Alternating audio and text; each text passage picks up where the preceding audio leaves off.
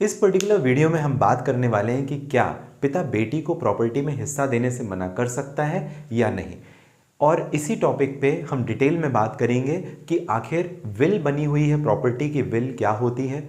अगर माता पिता की प्रॉपर्टी बेटियों को अधिकार देती है तो विल के संबंध में क्या होगी या नहीं होगी। साथ ही साथ पिता द्वारा स्व अर्जित जो उन्होंने खुद से बनाई हुई संपत्ति है उस पर क्या बेटी अपना अधिकार रखेगी या नहीं रखेगी। साथ अगर बिना वसीयत लिखे पिता की मृत्यु हो जाती, वो नहीं रहते, तो क्या होगा। इंटेस्टेट मतलब जिस केस में विल नहीं बनाई जाती उस केस में बेटियों का क्या अधिकार रहेगा। अगर बेटी की शादी हो चुकी है तो क्या वो पिता की संपत्ति पर अधिकार रखेगी या नहीं रखेगी। अगर बेटी का जन्म 2005 से पहले हुआ है तो क्या स्थिति होगी, क्या उसे संपत्ति पर अधिकार मिलेगा या नहीं मिलेगा। हिंदू उत्तराधिकार अधिनियम ये कहता क्या है संपत्ति से लेकर, और इससे जुड़ी भ्रांतियों के बारे में हम बात करेंगे। लेटेस्ट अपडेट के बारे में जो कानून में हुई उससे संबंधित बात करेंगे, और प्रॉपर्टी में बेटियों का अधिकार होगा इससे रिलेटेड कुछ खास बातें भी हम जानेंगे। तो हम अपने वीडियो को शुरू करते हैं और मैं बताना चाहूँगा आपको कि हिंदू सक्सेशन एक्ट 1956 ये काफ़ी ज़रूरी है। इसकी धारा 8 काफ़ी ज़रूरी है जिसमें अमेंडमेंट होता है, जिसमें बदलाव होता है, चेंज होता है 2005 में। और ये जो संशोधन है 2005 में अमेंडमेंट होता है, इसके पहले तक क्योंकि पति की सास ससुर की संपत्ति पे महिलाओं का अधिकार नहीं था, नहीं है। पिता की संपत्ति पर, मां की संपत्ति पर अधिकार नहीं था, लेकिन 2005 के बाद में है। बदलाव हुआ क्योंकि महिला को तब भी अधिकार नहीं, अब भी अधिकार नहीं, ये कैसा कानून। तो इस वजह से हिंदू उत्तराधिकार अधिनियम की धारा 8 में बदलाव किया गया, प्रावधानित किया गया। सितंबर 2005 में माननीय सर्वोच्च न्यायालय का जजमेंट आता है और उसके बाद में महिलाओं को भी समान अधिकार पिता की संपत्ति पर देने की प्रशंसा की जाती है। अब इस अधिनियम के द्वारा माता पिता की प्रॉपर्टी पे महिला का समान अधिकार होगा, जैसे बेटों का अधिकार होता है वैसे बेटियों का अधिकार होगा 2005 के बाद।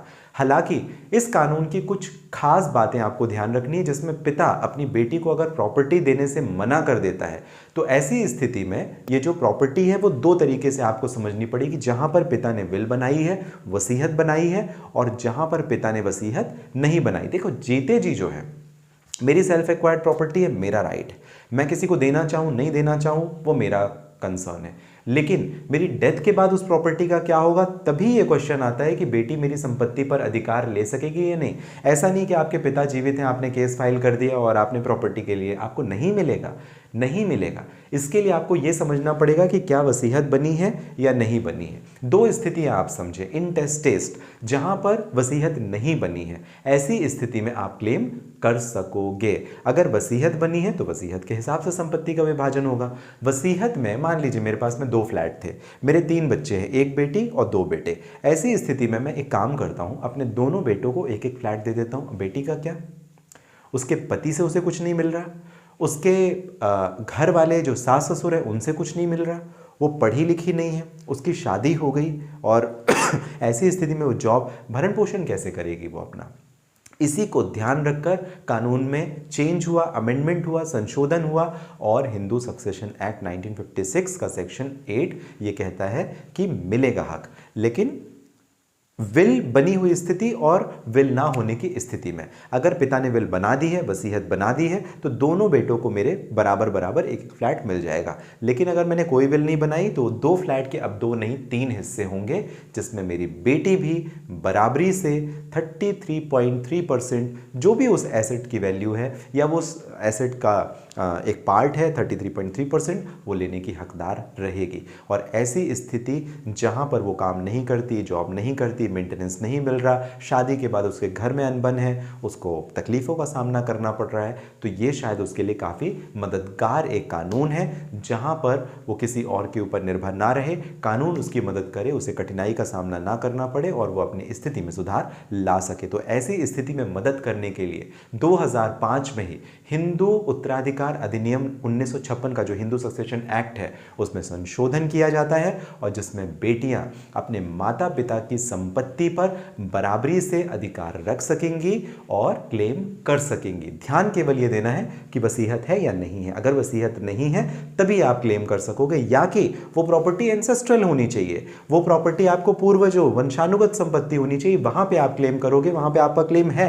लेकिन अगर वो संपत्ति वंशानुगत पूर्वजों की नहीं है, आपके फादर की सेल्फ एक्वायर्ड प्रॉपर्टी है, ऐसी स्थिति में विल यानी वसीयत महत्वपूर्ण भूमिका निभाएगी। अगर वसीयत है तो वसीयत के हिसाब से संपत्ति का निर्धारण होगा, बंटवारा होगा पिता के या मां के ना रहने के बाद। और अगर वसीयत बनाई हुई नहीं है तो ऐसी स्थिति में आप क्लेम कर सकोगे, आपका अधिकार उतना ही होगा जितना बेटों का है। तो सेक्शन 8 हिंदू सक्सेशन एक्ट, ये आपको ध्यान रखना है। आपको ये जानकारी कैसी लगी जरूर बताइएगा। इसके पहले जो मैंने आपको बताया, विल होगी नहीं होगी, शादीशुदा 2005 अमेंडमेंट, इन सारे टॉपिक्स को अलग अलग वीडियो में हम कवर करेंगे, डिटेल में हम बात करेंगे, जिससे आपके जो टॉपिक हैं वो क्रिस्टल क्लियर, साफ सुथरे हो जाएं, आपको आसानी से समझ में आ जाएं।